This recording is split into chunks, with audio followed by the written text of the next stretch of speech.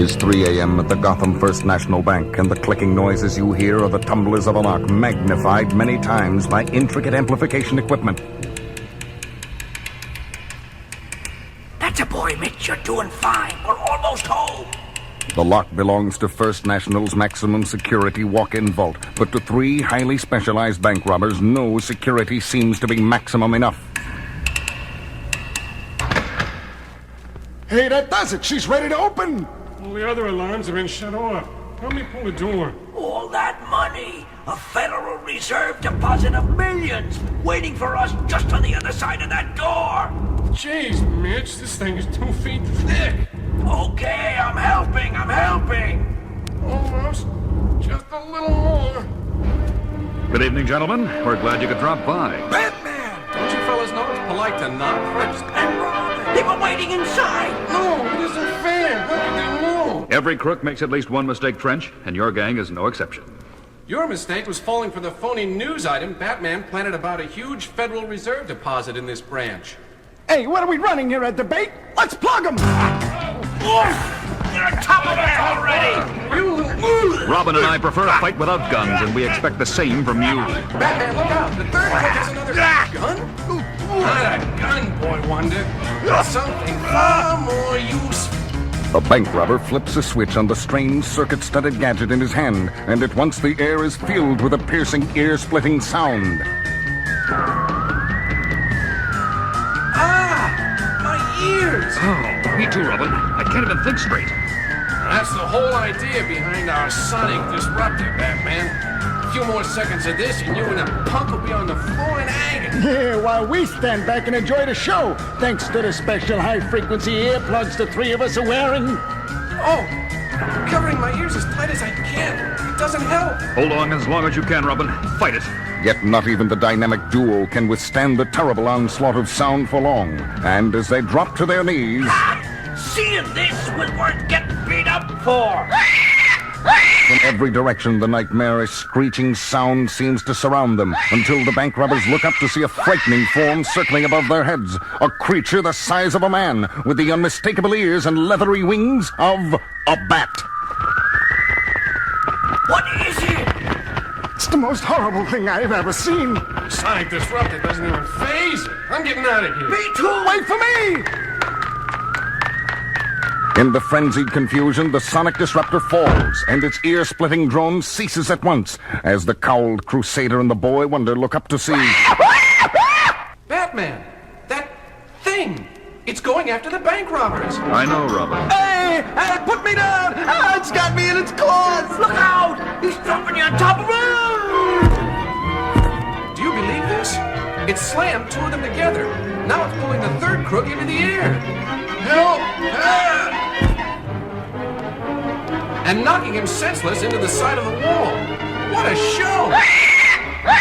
The creature's flying away, Batman. Let's go after it. No, Robin. The least we can do in gratitude for its help is to leave Man-Bat in peace. Man-Bat? You know this guy? Monster, whatever he is?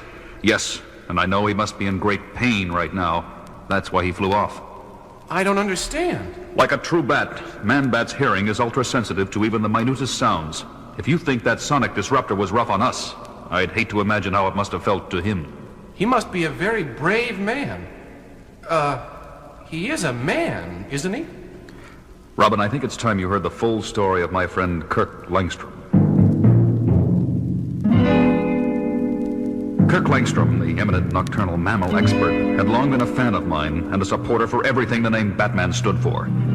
Well, it was several years ago that hundreds of hours of hard work finally brought him on the verge of an incredible discovery in the confines of his lab under the Gotham Museum. That does it, my leathery winged friend. I've taken the final dose of my serum. Now we wait.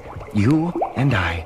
The friend Langstrom spoke to was a live bat, and the serum was a specially prepared gland extract he had derived from the creature for human consumption.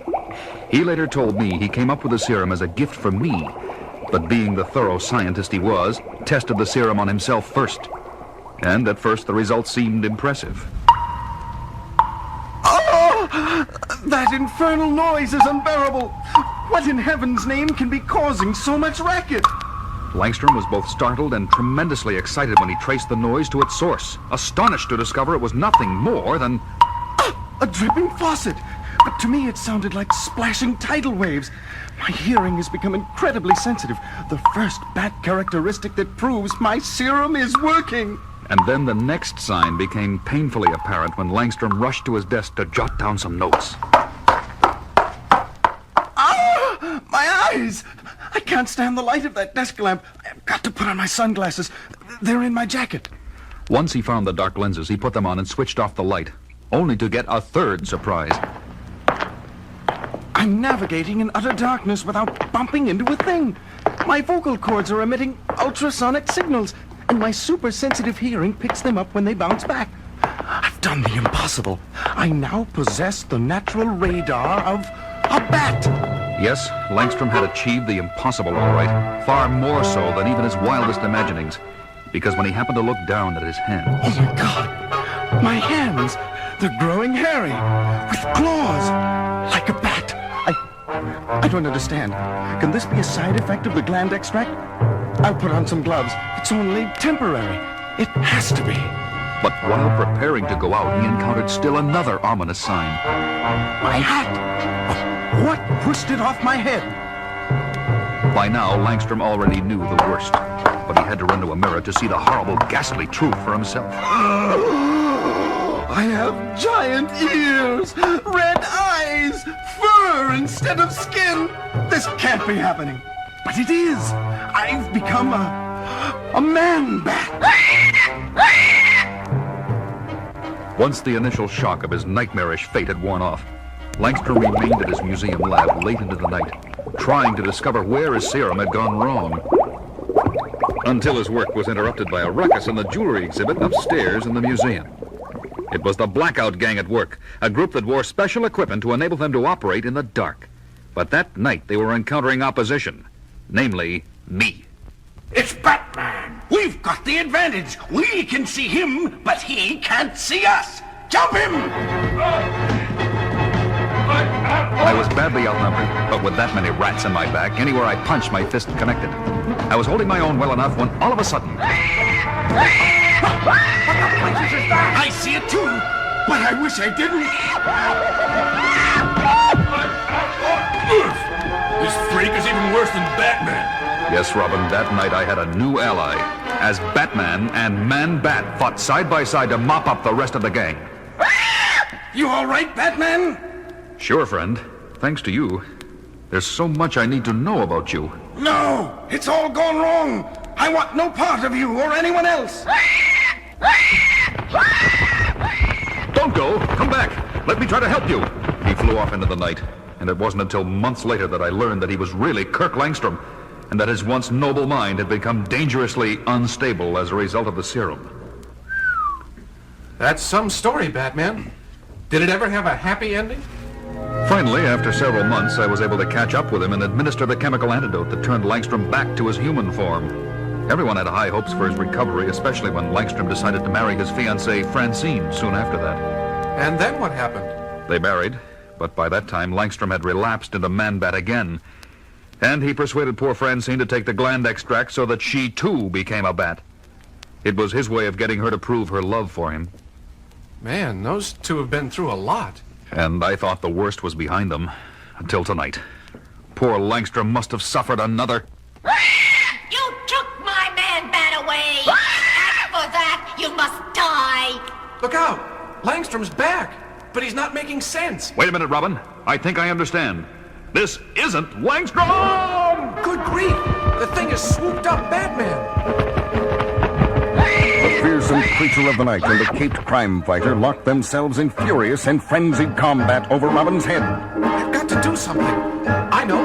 My utility belt! Quickly, the teen wonder extracts a certain capsule and hurls it upward into the fray, where it breaks open in the face of Batman's monstrous opponent. Good thinking, Robin. That sneezing powder ought to give me the advantage I need. But just as Batman wrenches himself loose from the suffering creature, still another inhuman sound tears through the air. And as Batman agilely lands on the floor... Oh my gosh! Now there are two of them! The Man-Bats are fighting!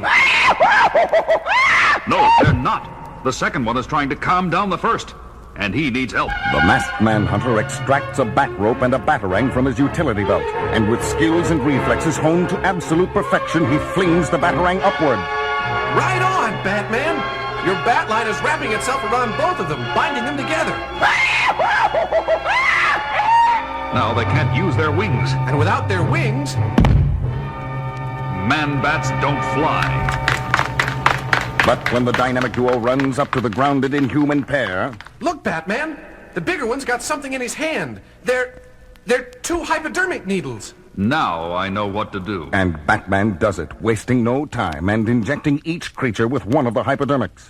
Oh, they're changing, losing their wings, becoming human again, becoming a man and a woman.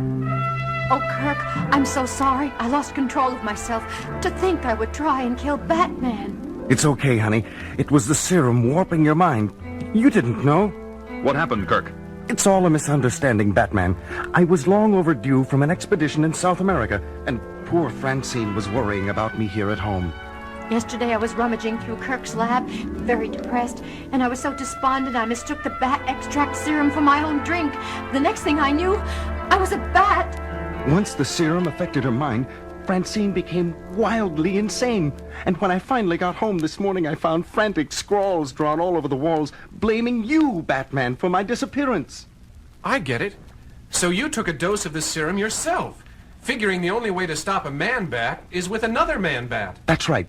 But when I finally located you two a few hours ago, you were up against that terrible sonic disruptor. So I gave you a helping hand with those bank robbers. I'll say you did. That must have been murder on your bat ears. And while Kirk took some time to recover, Francine caught up with us and attacked. Batman, can you ever forgive me? I already have, Francine. Well, I may never forgive you, Batman. Not unless you get around to introducing me to your friends. Sorry, Robin. Kirk, Francine, I'd like you to meet my protege and junior partner.